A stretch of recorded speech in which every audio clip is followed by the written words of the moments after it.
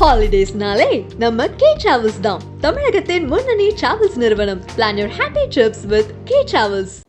Fight club என்னடா முகம் ரொம்ப வாட்டமாக இருக்கே அப்படின்லாம் ரொம்ப யோசிக்க வேணாம். ஏன் வாட்டமாக இருக்குது அப்படின்னா, ஃபைட் கிளப்புங்கிற ஒரு படத்தை பார்த்துட்டு வந்ததுக்கப்புறம் என் முகம் வந்துட்டு பிரகாசமாக இருந்தது அப்படின்னா ஏதோ ஒரு கோளாறு இருக்குன்னு அர்த்தம். ஏன்னா அப்படி தான் இருந்தது இந்த படம். முதற்கட்டமாக தேட்டரில் போய் படம் பார்க்கும்போது ரொம்ப ஆச்சரியமான ஒரு விஷயம் என்ன அப்படின்னா, தேட்டரில் ஆளே இல்லை. சரி, ஓகே, ஒரு படம் வந்துட்டு தன்னை தானே புதுப்பிச்சுக்கும், படம் நல்லாயிருக்கும் அப்படின்னு சொல்லி பாசிட்டிவ் வேர்ட் ஆஃப் மவுத் வந்ததுக்கப்புறம் ஒரு படம் பில்டப் ஆகும்னு நம்ம எதிர்பார்க்கலாம். ஓகே, அதுக்கப்புறம் என்னாச்சு அப்படின்னா, தேட்டரில் ஒரு கூட்டம் ஒன்று வந்தது. நல்லா தெரிஞ்சு போச்சு. மிடில் பர்ஃபெக்டாக உட்காடுறாங்க, ஒரு 20-25 பேர் உட்காடுறாங்க. இவங்கெல்லாம் யாரா அப்படின்னு பார்த்தோம் அப்படின்னா, ப்ரொடக்ஷன்லேருந்து வந்திருக்காங்கன்றது நல்லா தெளிவாக தெரியுது. அந்த படம் சார்ந்த ஏதோ ஒரு கூட்டம். படம் போடுறாங்க, போடும்போது ஹீரோவுக்கு கை தட்டுறாங்க, எல்லாம் நடக்குது. சில சீன்ஸுக்கெல்லாம் தட்டி ஒரு அரை மணி நேரத்துக்கு அப்புறம் மயான அமைதி. அப்போ அமைதியான அந்த கூட்டம் படம் முடிகிற வரைக்கும் அமைதின்னு சில்லுன்னு இருந்தது. எப்படி ப்ரொடக்ஷன்லேருந்து ஒரு டீம் ஒன்று வந்து அந்த டீம் பார்க்கும்போதே சில இடங்களில் வந்து நான் நிறைய இடங்களில் பார்ப்போம், தேவையில்லாத சீன்ஸுக்கெல்லாம் கூட கைத்தட்டி ஹைப் கொடுத்துக்கிட்டே இருப்பாங்க. ஏன்னா ஆடியன்ஸ் வந்து கொஞ்சம் என்கேஜ் ஆகணும் அப்படிங்கிறதுக்காக பண்ணுற ஒரு விஷயம். இட்ஸ் மார்க்கெட்டிங் ஸ்ட்ராட்டஜி, அதை நம்ம தப்புலாம் சொல்ல முடியாது. ஆனால் அதை கூட இன்றைக்கி வந்து அந்த டீம் பண்ண மாதிரியே தெரியல. என்ன காரணம் அப்படின்னா, ஒரு கட்டத்துக்கு மேலே இந்த படம் எங்கே எதை நோக்கி எப்படி போகுதுங்கிறதே புரியாத மாதிரியான ஒரு புதிரில் தான் படம் நகர்ந்துக்கிட்டே இருக்குது. முதல் கட்டமாக இந்த படத்தினுடைய லைன் என்னென்னு பார்த்தீங்கன்னு வைங்களேன். ஏற்கனவே வட சென்னைன்னு ஒரு படம் பார்த்துருப்பீங்க. அந்த வட சென்னையில் என்ன லைனோ அந்த லைனை தூக்கி அப்படியே உரியடியில் வச்சிங்கன்னா, உரியடியில் இந்த பாருங்களேன், அவர் அந்த விஜய் அப்படிங்கிற அந்த கேரக்டர் உரியடியை தாண்டி நம்மளால் யோசிக்கவே முடியல. ஏன்னா அப்படி ஒரு படம் அவர் கொடுத்துட்டாரு. சரி, ஓகே, இந்த ஃபைட் கிளப்புக்கு வருவோம். அந்த வட சென்னையில் இருக்கக்கூடிய அந்த லைனை தூக்கி அப்படியே இங்கே வச்சிங்க அப்படின்னா பர்ஃபெக்டாக பேலன்ஸ் ஆகிடும். ஏன்னா ஒன்றுமே மாற்றலை. இந்த படத்தில் வந்துட்டு கதைன்னு சொல்லி ஒருத்தரோட பேர் போட்டாங்க. ஆக்சுவலி கதைன்னு சொல்லிட்டு வெற்றிமாறன் பேரை தான் நீங்கள் போட்டிருக்கணும். அவரோட பேரை நீங்கள் போட்டிருக்கக்கூடாது. சசின்னு ஒருத்தர் நினைக்கிறேன், அவரோட பேரை போட்டிருக்கக்கூடாது. ஏன்னா லாஜிக் என்னென்னா, இது அப்படியே வட சென்னையிலேருந்து எடுத்த ஒரு லைன். ஆனால் மேட்ரு என்ன அப்படின்னா, வட சென்னை மாதிரி சூப்பர்பாக பர்ஃபெக்டாக ஒவ்வொரு கேரக்டரையும் எழுதியிருந்தால் இந்த படம் நிச்சயமாக மிகப்பெரிய ஒரு படமாக பேசப்பட்டிருக்கலாம். ஆனால் அப்படியெல்லாம் எழுதப்படவே இல்லை. ரொம்ப லூப் ஹோல்ஸில் ரொம்ப வந்துட்டு ரைட்டிங்கை தாண்டி இந்த படத்தை வந்துட்டு பாராட்டக்கூடிய ஒரு விஷயம் என்னென்னா, எக்ஸிக்யூஷன் வந்து இந்த படத்தில் ரொம்ப நல்லாவே இருந்தது. ஒவ்வொரு இடங்கள்லையும் எக்ஸிக்யூஷன் நல்லா இருந்தது. ஆனால் ரைட்டிங்கை நீங்கள் பார்க்கும்போது, இந்த படத்தை பார்க்கும்போது எங்கே கதை நகருது, ஏன் இப்படி போகுது, ஒரு 2 வருஷத்துக்கு முன்னாடி ரிலீஸ் ஆக வேண்டிய படம்ங்கிறத வந்துட்டு ஃப்ரேம் பை ஃப்ரேம் காட்டிகிட்டே இருக்கிறாங்க. ஏன்னா இன்றைக்கி தேதியில் வரக்கூடிய ஒவ்வொரு படமும் வந்து அது எந்த படமாக வேணா இருக்கட்டும், அது ஆடியன்ஸை போய் சேரும்போது நல்லா இருந்துச்சு அப்படின்னா ஆடியன்ஸ் தலையில் தூக்கி வச்சுக்கிறாங்க. நல்லா இல்லை அப்படின்னும் போது விமர்சனங்களை தாண்டி ஒரு 2.5 மணி நேரம் வேஸ்ட் பண்ணிட்டுமேங்கிற ஃபீல் வந்து நிறைய இடங்கள் ஆடியன்ஸுக்கு வருது. அதுதான் இந்த ஃபைட் கிளப்பில் ஆடியன்ஸுக்கு கிடைச்ச ஒரு மிகப்பெரிய ஒரு கஷ்டமான ஒரு நிலைன்னே சொல்லலாம். இந்த படத்தினுடைய லைன் ஆப்வியஸ்லி நான் வட சென்னைன்னு சொல்லிட்டேன், பட் இருந்தாலும் நான் சொல்கிறேன். என்ன லைன் அப்படின்னா, ஒரு ஃபேமிலி, அந்த ஃபேமிலியில் வந்துட்டு ஒரு 3 பசங்க. அந்த 3 பசங்களில் ஒருத்தருக்கு வந்துட்டு ஃபுட்பால் பிளேயர் ஆகணும்னு ஆசைப்படுறாரு. அவருக்கு வந்துட்டு ஒரு பெஞ்சமின் ஒரு கேரக்டர் வந்துட்டு ஹெல்ப் பண்ணணும்னு நினைக்கும் போது அந்த பெஞ்சமின் வந்துட்டு இறந்துடுறாரு. அதுக்கப்புறம் இந்த பையனுடைய லைஃப் போகுது. கிளைமேக்ஸில் கடைசியாக வந்து இந்த பையன் வந்து என்ன ஆனார், அந்த பெஞ்சமின் வந்துட்டு இறந்ததுக்காக இவர் ஏதாவது பழி வாங்கினாரா அப்படிங்கிற மாதிரியான ஒரு விஷயம். இதெல்லாம் தாண்டி கிளைமேக்ஸில் வந்துட்டு இவருடைய வாழ்க்கை என்னாச்சு, என்ன எப்படி போச்சுங்கிறது தான் இதில் பாயிண்ட்.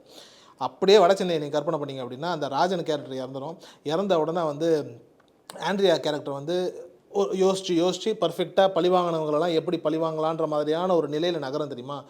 ஆல்மோஸ்ட் அதே மாதிரியான ஒரு கான்செப்ட் தான். இதை தாண்டி இதில் புதுசாலாம் ஒன்றுமே கிடையாது. ஆனால் ரொம்ப முக்கியமான ஒரு விஷயம் என்ன அப்படின்னா, படத்தினுடைய ஃபஸ்ட்டு சீனில் வந்துட்டு ஒரு 3-4 பேர் வந்து அந்த செவுத்தை தாண்டி அப்படியே வருவாங்க. நீங்கள் வந்து சித்திரம் பேச தெரியல, நீங்கள் பார்த்துருப்பீங்க. மிஷ்கின் சார் வந்து ஒரு ஷார்ட் ஒன்று வச்சிருப்பாரு. ரொம்ப தூரத்தில் ஒரு விஷயம் நடக்கும், அது அப்படியே அவங்க 2 பேரும் சண்டை போட்டுகிட்டே இருப்பாங்க. சண்டை போட்டு அப்படியே கீழே விழுந்துருவாங்கன்ற மாதிரியான ஒரு காட்சி இருக்கும். அது மிஷ்கினுடைய ட்ரேட்மார்க் ஸ்டைல். அதை வந்துட்டு அந்த காட்சியை தான் இவர் அப்படியே எடுத்து முதல் காட்சியை வைக்கும்போது எனக்கு அந்த இயக்குனர் மேலே ஒரு சின்ன ஒரு நம்பிக்கை ஒன்று வந்தது. ஏதோ ஒன்று பண்ணுறாரு, என்னமோ ஒன்று இருக்குது போல் அப்படின்னு சொன்னால் அந்த காட்சியை அந்த படத்துலேருந்து எடுத்து வச்சுட்டு அதோடு முடிச்சிட்டார். அவ்வளோதான். அதுக்கு மேலே ஒரு ஒன்றுமே கிடையாது. அதுக்கப்புறம் அவர் எடுத்ததெல்லாம் அவரோட ஓன் ஸ்டைலில் இருக்குது. பட் ஆனால் அந்த ஸ்டைல் வந்து முதல் காட்சியில் அவர் ஒரு நுட்பத்தை கொடுத்துருந்தார் இல்லையா, அதை படம் ஃபுல்லாக மெயின்டைன் பண்ணியிருந்தால் உண்மையிலே ரொம்ப நல்லா இருந்திருக்கும். இந்த படத்தினுடைய மிகப்பெரிய பலவீனம் அப்படிங்கிறது என்ன அப்படின்னா, உரியடி விஜய் தான். என்ன காரணம், யார் என்ன பண்ணணும்னு ஒன்று இருக்குங்க, அதை மாற்றி பண்ணும்போது ஆடியன்ஸ் நிச்சயமாக கனெக்ட் ஆக மாட்டாங்க.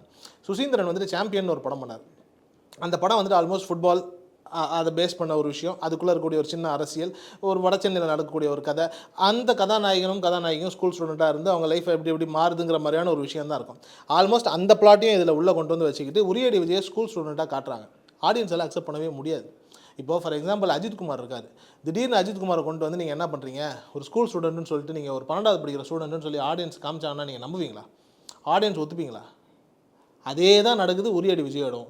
ஏன்னா நீங்கள் ஸ்கூல் ஸ்டூடெண்ட்டாக காட்டணும் அப்படின்னா அந்த ஒரு கிரேஸ் அண்ட் சாம் வந்து அந்த அந்த ஹீரோ மூலிமா அந்த கேரக்டர் மூலிமா ஆடியன்ஸுக்கு கன்வே ஆகணும். அது ஆகவே இல்லை. இவரை ஸ்கூல் ஸ்டூடெண்ட்டாக காட்டுறதுங்கிறது வந்து மிகப்பெரிய அபத்தமான ஒரு விஷயமா இருக்குது. நீங்கள் கேட்கலாம், விஜய்லாம் வந்துட்டு நண்பன் படத்தில் வந்து காலேஜ் ஸ்டூடெண்ட்டாக நடிச்சிருக்காங்க. காலேஜ் ஸ்டூடெண்ட்டாக இருக்கிறதுல ஒரே ஒரு ப்ளஸ் என்னன்னா, காலேஜ் ஸ்டூடெண்ட்டாக இருக்கிறவங்களுக்கு வயசே ஆகாது. இதே முரளி கடைசி வரைக்கும் காலேஜ் ஸ்டூடெண்ட்டாக இருந்த மாதிரி யார் வேணாலும் காலேஜ் ஸ்டூடெண்ட்டாக கடைசி வரைக்கும் இருந்துகிட்டே போகலாம். ஏன்னா காலேஜுங்கிறது அப்படி ஒரு ப்ளஸ். சச்சினில் எப்படி ஐயாச்சாமிங்கிற கேரக்டர் ஃபெயில் ஆகி படிச்சுட்டு இருக்குமோ, காலேஜ்லேயும் அது அக்செப்டட். ஸோ அப்படி ஒரு கேரக்டர் வந்து நீங்கள் காலேஜ் ஸ்டூடெண்ட்டாக காட்டிங்கன்னா அக்செப்ட் பண்ணிப்பாங்க. ஆனால் ஸ்கூல் ஸ்டூடெண்ட்டாக காட்டும்போது ரொம்ப ரொம்ப ரொம்ப ரொம்ப நேர்த்தியாக யாரை காட்டினா நல்லா இருக்குமோ அதை காட்டணும். அந்த காட்சிகளில் வந்துட்டு உரியடி விஜய் வந்து அவ்வளோ ஒன்றும் அது பார்க்கும்போதே நமக்கு வந்துட்டு ஒட்டவே மாட்டேங்குது. அந்த அரை மணி நேரம் 3/4 மணி நேரத்துலேயே நமக்கு கதையை விட்டே நம்ம வெளியே வந்துடும். ஃபஸ்ட்டு அரை மணி நேரத்துக்குள்ளே நம்ம கதைக்குள்ளேயே போகலை. அப்படியே போய் நீங்கள் இருந்தீங்க அப்படின்னா கூட இந்த ஸ்கூல் காட்சிகள்லாம் பார்க்கும்போது ஆட்டோமேட்டிக்காக என்ன ஆகிடுவீங்கன்னா கதையை விட்டு வெளியே வந்துடுவீங்க முதற்கு. சரி, இதுக்கப்புறம் வந்து அந்த கதைக்குள்ளே என்ன இருக்குன்னு சொல்லி நீங்கள் பார்க்கும்போது திருப்பி அவர் காலேஜுக்குள்ளே வராரு. அவர் திருப்பி அதே அரசியல், அப்புறம் வந்து வட சென்னை அப்படிங்கிற மாதிரியான ஒரு விஷயம். அது மெயினாக அந்த மேட்டரில் என்ன நடக்கும் அப்படின்னா, இந்த கஞ்சா அப்புறம் வந்து தம்மு இது ரெண்டுத்தையும் பயன்படுத்துகிற மாதிரியான ஒரு விஷயம் தான் படம் ஃபுல்லாக. ஒவ்வொரு காட்சியிலையும் நடுவில் கூட ஒரு அம்மா வந்து விஜய் மேலெலாம் கேஸ் போட்டாங்க. இந்த படத்தெல்லாம் பார்த்தாங்க அப்படின்னா எனக்கு தெரிஞ்சு அந்த அம்மா போய் எங்கேயாவது போய் அப்படி தான் வருது. ஏன்னா இந்த படத்தில் ஒரு காட்சியில் கூட சிகரெட்டும் கஞ்சாவும் இல்லாமல் இல்லை. முழுக்க முழுக்க இது எப்படி இருக்குது அப்படின்னா, ஒரு வடச்சென்னை மக்களாகவும் இருக்கட்டும், இல்லை யங்ஸ்டர்ஸாக இருக்கட்டும், ஒரு ஸ்கூல் படிக்கிறவங்களாக இருக்கட்டும், முழுக்க முழுக்க அதை சார்ந்து அந்த தம்மு, அந்த தண்ணி, அப்புறம் கஞ்சா, இதுக்குள்ளேயே அவங்க வாழ்க்கையை வந்து நகர்ந்துக்கிட்டே இருக்கிற மாதிரியான ஒரு கதைக்களத்தை தேர்ந்தெடுத்து அதை உரியடி விஜய் மாதிரி ஒரு சமூக பொறுப்புள்ள ஒரு நடிகரை நடிக்க வச்சதுக்கு முதற்கட்டமாக இயக்குனரை வந்துட்டு நம்ம என்ன சொல்கிறதுன்னு தெரியல. எதுக்கு இப்படி ஒரு அபத்தமான முடிவு? ஒரு சமயம் இவர் நடிச்சிருந்தா அதை பார்த்துட்டு உடனே வந்து ஆடியன்ஸ் வந்து திருடுவாங்க, அந்த சீன்லாம் கிடையாதுங்க. அதெல்லாம் முதல்ல கிடையவே கிடையாது. ஒரு நடிகனை பார்த்து ஆடியன்ஸ் திருந்தவும் மாட்டான், ஒரு நடிகனை பார்த்து ஆடியன்ஸ் கெடவும் மாட்டான். ஆனால் ஒரு ஆடியன்ஸை வந்துட்டு கிளர்ச்சி அடையிறதுக்கு வந்து ஒரு நடிகனுடைய வேலை. ஒரு ஆடியன்ஸ் வந்துட்டு எக்ஸைட்மெண்ட்டை தான் ஒரு நடிகன் கொடுக்க முடியுமே தவிர்த்து நல்லவனாவோ கெட்டவனாவோ ஆக்க முடியாது. இப்போ இந்த படத்தில் உரியடி விஜய் நீங்கள் கொண்டுட்டு வந்து அவர் இந்த கேரக்டர் பண்ண வைக்கிறதுனுடைய பர்பஸ் என்ன? எதுக்கு அவர் இந்த கேரக்டர் பண்ணணும்? இந்த கேரக்டர் பண்ணுறதுனால என்ன நன்மை? இப்போ வந்து திமிரு பிடிச்சவன் ஒரு படம் இவர் விஜயாந்தனி பண்ணார். அதுலேயே வந்து என்ன பண்ணார் அப்படின்னா, ஒரு 4-5 பசங்களை வந்து கூப்பிட்டு வந்து கொஞ்சம் ஸ்பாயில் பிராட்ஸாக இருக்கக்கூடிய பசங்களை கூப்பிட்டு வந்து அவங்கள வந்து நல்வழிப்படுத்துகிற அப்படின்னு சொல்லி சில விஷயங்கள்லாம் பண்ணிகிட்டு இருப்பார். யாருக்கு என்ன நன்மைன்ற? இப்போ இப்படி ஒரு படம் எடுத்து இப்படியெல்லாம் நீங்கள் நல்லது மாதிரி காமிச்சிட்டா உடனே அவங்க அப்பா அம்மாலாம் வந்துட்டு அந்த பசங்களை திருத்தத்துக்கான வழியை பண்ணிடுவாங்களா? அந்த பசங்களே அதை பார்த்து திருந்திடுவாங்களா? கிடையாது. சொசைட்டியில் ஏற்படுற மாற்றம்ங்கிறது சினிமாவை கொண்டு கிடையாது. இது நிறைய பேர் வந்து தப்பாக புரிஞ்சுக்கிட்டு சினிமாவில் வந்து நம்ம இதெல்லாம் காட்டுறோம், அதனால் வந்து அந்த படம் வந்துட்டு நல்லதாக நடக்கும், அதை கொண்டு ஒரு 4 பசங்களுக்கு நல்லதாக நடக்கும். அப்படி கிடையவே கிடையாது. ஏன்னா அது எந்த அளவுக்கு அபத்தமான ஒரு முடிவு அப்படின்னா, அந்த ஹீரோ வந்துட்டு ஒரு இடத்துல, அதாவது விஜய் சொல்லுவார் ஒரு இடத்துல, பெஞ்சமின் ஒரு கேரக்டர், அந்த கேரக்டர் தான் அவருக்கு அந்த காட்ஃபாதர். அதை நீங்கள் அப்படியே ராஜன் கேரக்டர் மாதிரி கற்பனை பண்ணிக்கோங்களேன். அவர் மட்டும் இருந்திருந்தார் அப்படின்னா எனக்கே அந்த நிலைமை இல்லை அப்படின்னு சொல்கிற ஒரு வசனம் இருக்கும். இங்கே யாருமே யாரையும் நம்பியும் இல்லைங்கிறத வந்துட்டு இயக்குனரும் சரி எழுத்தாளரும் சரி முதல்ல புரிஞ்சுக்கணும். அவங்கவுங்க வாழ்க்கை அவங்கவுங்க நாடி வாழ்ந்துட்டு போயிட்டே இருக்கக்கூடிய ஒரு நிலை தான் இன்றைக்கி சமுதாயத்தில் நடக்குது. ஆனால் திருப்பி திருப்பி ஒரு கூட்டத்தையே என்ன சொல்கிறாங்க அப்படின்னா, இன்னார் இருந்தால் நல்லா இருந்துருக்கும். எப்படி இப்போ நாம் வந்துட்டு ஒரு சினிமா நடிகை வந்துட்டு அரசியலுக்கு வந்துட்டு அந்த தமிழ்நாட்டை மாற்றிடலாம் நம்ம நினைக்கிறோம் தெரியுமா? அந்த மாதிரி தான் சிந்தனை தான் ஒவ்வொரு வசனங்கள்லையும் நமக்கு தெரியுது. எப்படி பெஞ்சமின் மட்டும் இருந்திருந்தால் என் வாழ்க்கை நல்லா இருந்தது, என்ன ஆயிருக்கும்? ஒன்றா இருக்காது. அப்படி ஒரு சீனே கிடையாது. ஆனால் ஆடியன்ஸுக்கும் மக்களுக்கும் என்ன ஒரு விஷயம் சொல்லப்படுது அப்படின்னா, உன் லைஃபுக்கு இவன் வேணும், இவன் இருந்தால் தான் நீ நல்லா இருப்பேங்கிற அந்த ஒரு புரிதல். இவன் இல்லை அப்படின்னா ஆட்டோமேட்டிக்காக நீ கெட்டு போயிடுவேன், வீணா போயிடுவேன். எப்படி சிகரெட்டு, தண்ணி, தம்மு இதெல்லாம் ஒரு போதையோ, அந்த மாதிரி ஒரு பப்ளிக் ஃபிகரை, ஒரு பெரிய மனுஷனை, அவன் தான் உனக்கு, அவன் இருந்திருந்தானா நீ நல்லா இருந்திருப்பேங்கிற ஒரு போதையை ஆடியன்ஸ் மேலே திருப்பி திருப்பி திணிக்கிற வேலையை நிறைய படங்கள் பண்ணிக்கிட்டு இருக்கு. அப்படி பண்ணுற இன்னொரு படமாக தான் நான் இந்த படத்தை பார்க்குறேன். இந்த படத்தை லோகேஷ் எதற்கு முதல் படமாக வாங்கி அவர் தான் வந்து இந்த படத்தினுடைய தயாரிப்பாளங்கிற மாதிரி போட்டு படத்தை ஏன் ரிலீஸ் பண்ணணுங்கிற அவசியம் எனக்கு புரியல. உண்மையிலேயே இந்த படத்தை பார்த்து இந்த படம் நல்லா இருக்குது, இந்த படம் ஆடியன்ஸுக்கு போய் நல்லது செய்யும் அப்படின்னு நினச்சி தான் லோகேஷ் இந்த படத்தை வாங்கியிருந்தார் அப்படின்னா, இப்பயே ரஜினி ஃபேன்ஸுக்கு சொல்லிக்கிறேன், தலைவர் 171 வச்சு பெரிய ஹோப் வச்சுக்காதீங்க. நிச்சயமாக வந்துட்டு ஹோப் வைக்க முடியாது. ஏன்னா லோகேஷுக்கு இந்த படம் பிடிச்சிருந்து, இந்த படம் சூப்பராக இருக்குதுன்னு லோகேஷ் மண்டேல உதிச்சிருந்ததுன்னா, லியோ செகண்ட் ஹாஃபில் என்ன குழப்பம் நடந்ததோ ஆல்மோஸ்ட் அந்த குழப்பமான மனநிலையில் தான் அவர் இன்னும் இருக்கிறாருன்னு நாம் புரிஞ்சுக்கிறோம். சரி, அப்படியெல்லாம் இல்லை, நான் இந்த படத்தை பார்க்கலன்றதுலாம் எனக்கு இல்லை. என் நண்பன் ஒரு படம் பண்ணியிருக்கான், அவனுக்கு வந்துட்டு ஒரு விடிவு காலம் வரணும், அவனுக்காக நான் இந்த படத்தை ரிலீஸ் பண்ணுறேன் அப்படிங்கிற அந்த நல்ல எண்ணத்தில் எப்படி விஜய் சேதுபதி மாதிரி சில பேர் சொல்கிறாங்க இல்லையா, ஃப்ரெண்டுக்காக ஹெல்ப் பண்ணாருன்னு, அப்படி ஹெல்ப் பண்ணி இந்த படத்தை ரிலீஸ் பண்ணியிருந்தாருன்னா ஓகே, தப்பே கிடையாது. அப்படி இல்லாமல் இது நல்லா இருக்குன்னு அவர் முடிவு பண்ணி இந்த படத்தை ரிலீஸ் பண்ணியிருந்தார் அப்படின்னா ரொம்ப அபத்தமான ஒரு முடிவு. இந்த படத்தில் வந்து டெக்னிக்கலாக வந்து இந்த படத்தில் ஒவ்வொரு இடமும் ஹேண்டில் பண்ண விதம் நல்லாவே இருக்குது. ஒரு டைரக்டராக அந்த டைரக்டர் தன்னுடைய வேலையை கரெக்டாக தான் பண்ணியிருக்காரு. ஆனால் எழுத்துன்னு ஒன்று இருக்கு இல்லையா, ஒரு ரைட்டிங், ஏன் இவங்கெல்லாம் இதை பண்ணுறாங்க, எதற்காக இந்த காட்சிகள்லாம் இருக்குது, இந்த கதையை வந்துட்டு ஒரு நான் லீனியராக வர சொல்லிக்கிட்டே போவாங்க. நான் லீனியராக சொல்கிறதுக்கு இந்த கதையில் என்ன இருக்குது? இப்போது ஒரு வடச்சென்னை மாதிரி ஒரு கதையை எடுத்து நீங்கள் நான் லீனியராக சொல்கிறீங்க அப்படின்னா ஆடியன்ஸுக்கு வந்து அதில் ஒரு சின்ன ஒரு ஈர்ப்பு வந்துக்கிட்டே இருக்கும்.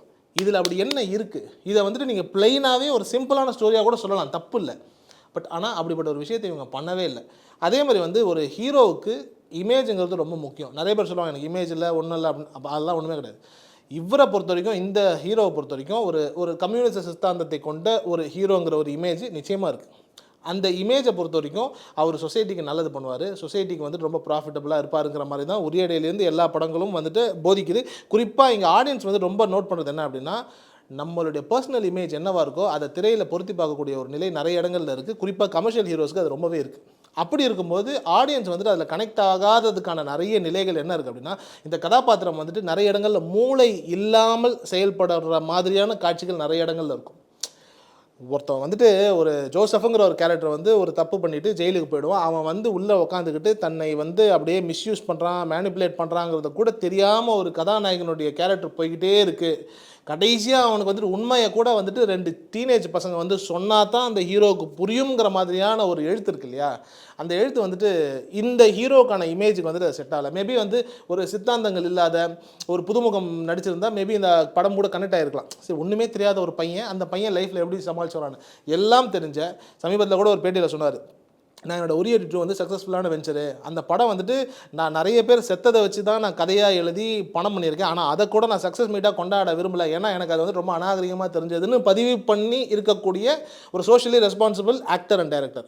அவரை வச்சு அவருக்கு எதுவுமே புரியாது, மூளையே வேலை செய்யாதுங்கிற மாதிரியான அபத்தமான காட்சிகளை வச்சு ஆடியன்ஸுக்கு கதை சொல்ல முற்பட்டது தான் இந்த இயக்குனர் செஞ்ச மிகப்பெரிய தவறு. ஆனால் இந்த படத்தினுடைய மிகப்பெரிய ப்ளஸ் அப்படின்னா, ஒரு கேரக்டர் எப்படி உங்களை மேனிப்புலேட் பண்ணும், உங்களை எப்படி ஏமாத்தும்னு ஒரு ஜோசஃப்ங்கிற ஒரு கேரக்டர் வச்சு அவர் காட்டியிருப்பார். உண்மையிலேயே இந்த படத்தினுடைய மிகப்பெரிய ப்ளஸ்ங்கிறது அந்த ஒரு பாயிண்ட் தான். ஏன்னா அது யதார்த்தத்துலேயே நிறைய இடங்கள் நமக்கு புரியும். ஒரு ஆஃபீஸாக இருக்கட்டும், ஒரு கார்ப்பரேட் கல்ச்சரில் இருக்கட்டும், ஒரு வீடாக இருக்கட்டும், எல்லாத்தையுமே ஒரே ஒரு ஆள் தான் இயக்கிக்கிட்டே இருப்பாங்க. நமக்கு தெரியவே தெரியாது. அந்த ஆள் கடைசியில் பேக் செகண்ட் ஆர் தேர்ட் கேட்டகரியில் பின்னாடி உட்காந்துட்டு இருப்பான். அந்த ஆள் என்ன பண்ணுறானே நமக்கு தெரியாது. ஆனால் அந்த ஆளை கொண்டு தான் அங்கே எல்லாமே நடந்துக்கிட்டு இருக்கும். அது பாசிட்டிவாக நடந்தாலும் அந்த ஆளை கொண்டு தான் நடந்திருக்கும், நெகட்டிவாக நடந்தாலும் அந்த ஆளை கொண்டு தான் நடந்திருக்கும். ஸோ நம்ம வாழ்க்கையே நம்ம யார் கையில் கொடுக்குறோம், எங்கேயாவது ஒரு இடத்துல நமக்கு ஒரு பொறுப்பை வந்துட்டு இன்னொருத்தவங்ககிட்ட கொடுக்குறோம் அப்படின்னா யார் கையில் கொடுக்குறோன்றது ரொம்ப முக்கியம். அப்படி நீங்கள் தப்பான ஒரு ஆள் கையில் மாட்டினீங்க அப்படின்னா எல்லாமே தப்பாக தான் போவோம், எல்லாமே வீணாக தான் போவோம். அப்படிங்கிறதுக்கு அந்த படத்தில் இருக்கக்கூடிய விஜய் கேரக்டர் மட்டும் கிடையாது, இந்த ஃபைட் கிளப்க்கு எடுத்த எல்லாருக்குமே தப்பான ஒரு முன்னுதாரணமாக ஆகிறதுக்கான வாய்ப்புகள் நிறைய இருக்குது.